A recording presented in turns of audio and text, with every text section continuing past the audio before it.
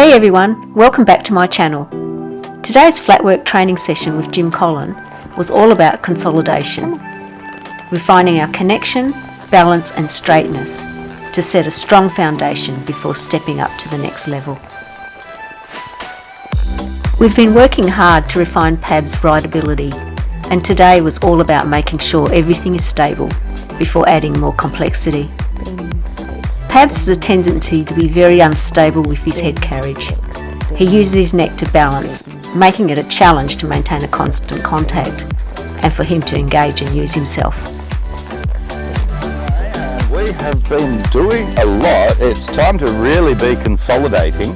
Yep. We can't add too much more on. No.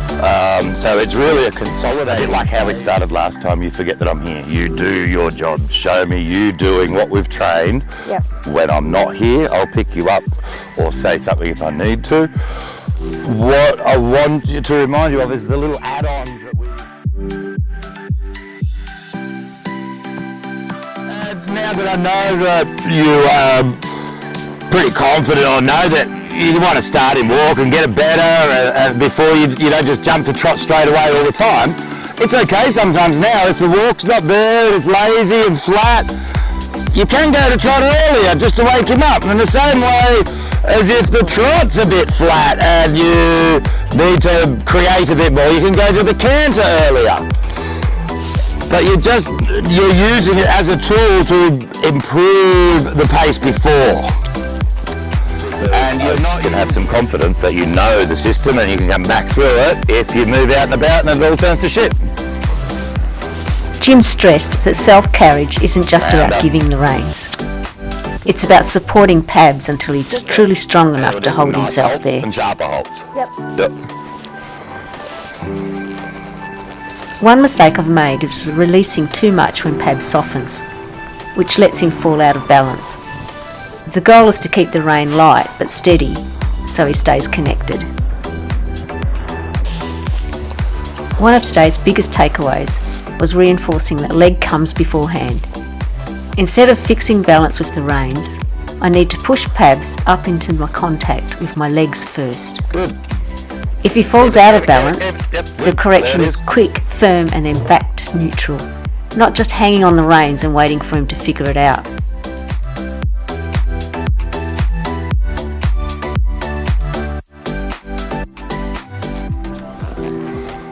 Yeah, very much. It becomes obvious now when it gets out of shape, when it's not there. That's because right. It's there most of the time. Exactly. And put it there, put it there, put it there, put it there. Exactly. And you gradually, you start being tougher on a little thing. Like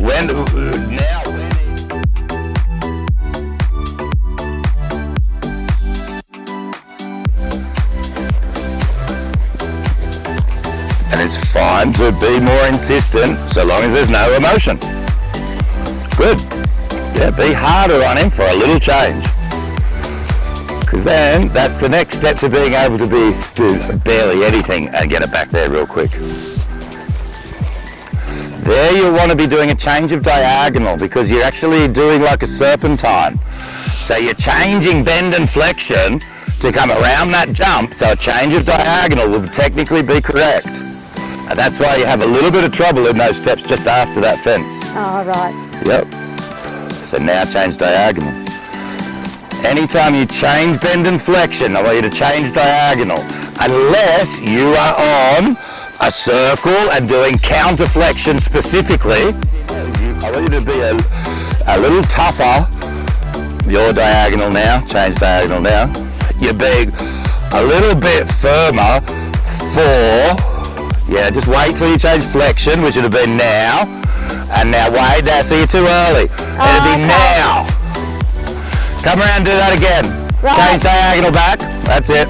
Come around and do that again, and I'll tell you when to change diagonal. Okay. Because here you're still tracking left, you're still tracking left, you're still tracking left, you're still tracking left. And now, that's it. Still tracking right, you're still tracking right. Yay! Whoop, it's that one. Do that once more.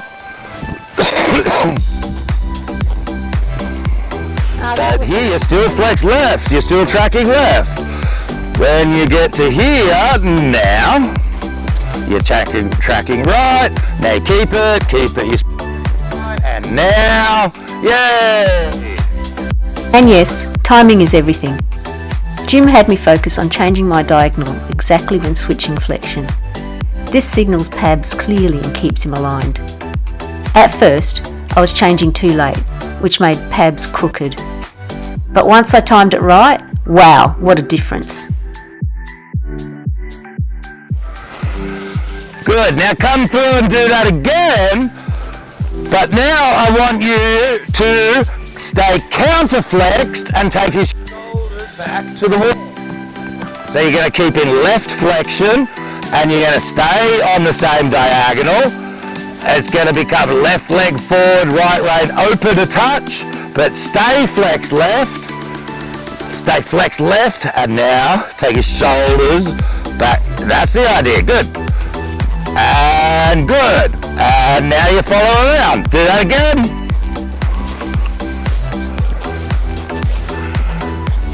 Change direction. Oh, so what am I doing first? You're doing the serpentine now. Change your diagonal, change your flexion.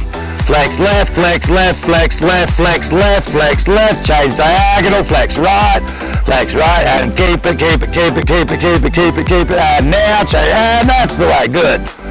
Alrighty, you can move on. Yep. Cool. Now? Oh yeah, you can move on. Good.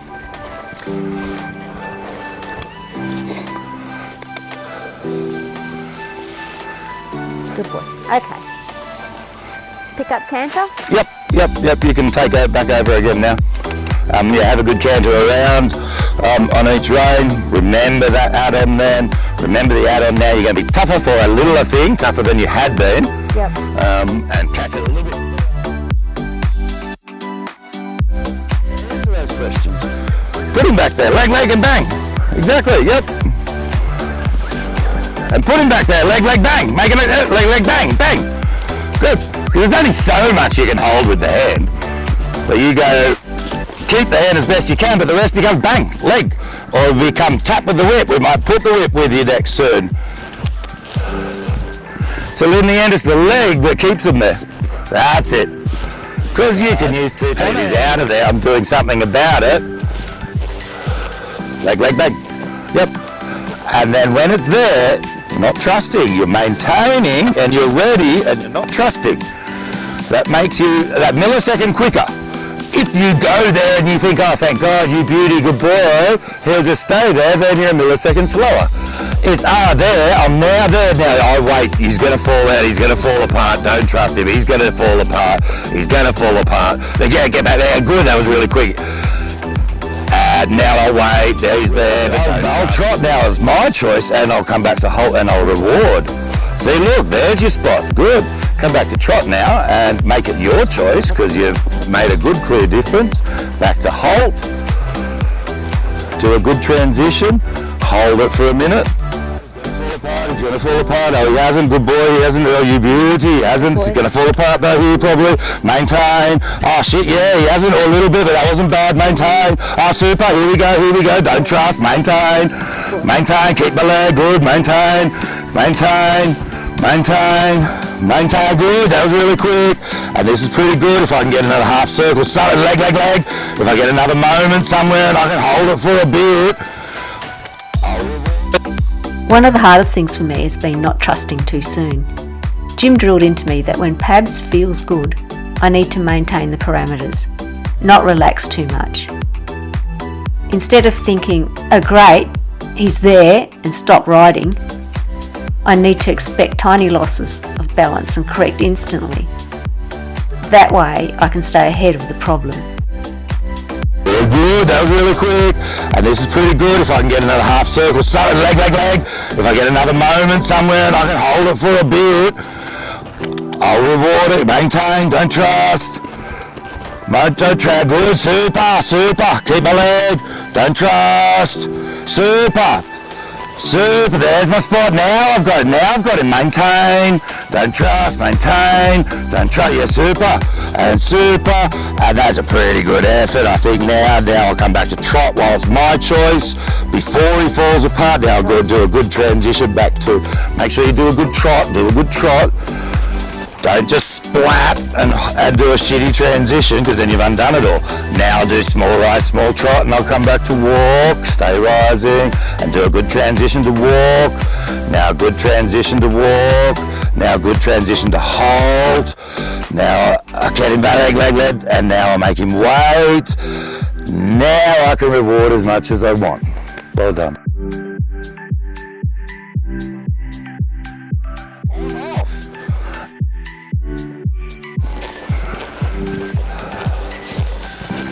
Super. Now this is great, Kenna. This is what we've been after. Now you've got a round, bouncy ball. Then everything clicked. I held the rein steady, engaged my leg, and suddenly Pabs felt light, balanced and bouncy. This was the best canter down the long side I've ever ridden. It felt effortless, that bouncy ball feeling we've all been chasing. It was finally there, and I realised that this has come from trusting the process, not rushing ahead. For a while, in between your fences. So it's probably too obvious and too beautiful for a pure show jumper, but this is how I want you to ride them for a bit, because you're going to get this back in between fences, get this feeling. Good. Once you've done this, you can keep a bit off the bit and ride a bit more show jumpery like, because you know this is what I want you to have, and then you're going to do a nice turn over a proper fence later, or on a different day, and then get that back. And then a nice turn, and then get that back. You watch in the warm-up, you watch the setup, because that's where the real work's done. The round, or the dressage test, is just the hiding things, the doing the best they can with what they've got, how they warm it up, how they set it up, the training at home. That's what you worry about. Super. You beauty. This is great. This is fantastic, best candles yet. Get it. Left flexion. Yeah, and now be still and maintain. And so that becomes very clear when it's right and when it's wrong. When it's comfortable and when it's not comfortable. So long as you're not pulling back when he gives, so long as you're not dropping him when he gives, but you're just maintaining. And good, now be still. There, that's your feeling, super. That's your feeling, super. So that bit of ugliness there was because you were counter-flexing or counter-cantering a bit, so we found that a bit harder. We'll work on that more in the next sections. Or the next what I want and expect from you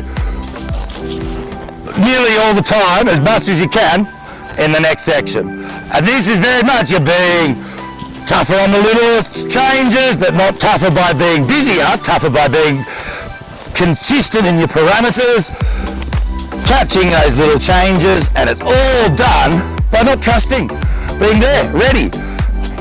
Not going, oh, you beauty, it's stopping riding and then thinking it's just going to stay there. It's not.